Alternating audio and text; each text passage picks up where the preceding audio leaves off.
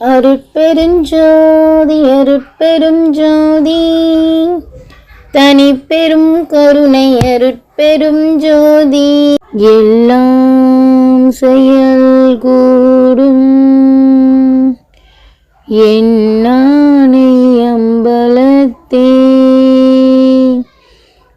எல்லாம் வல்லான் தனையேத்து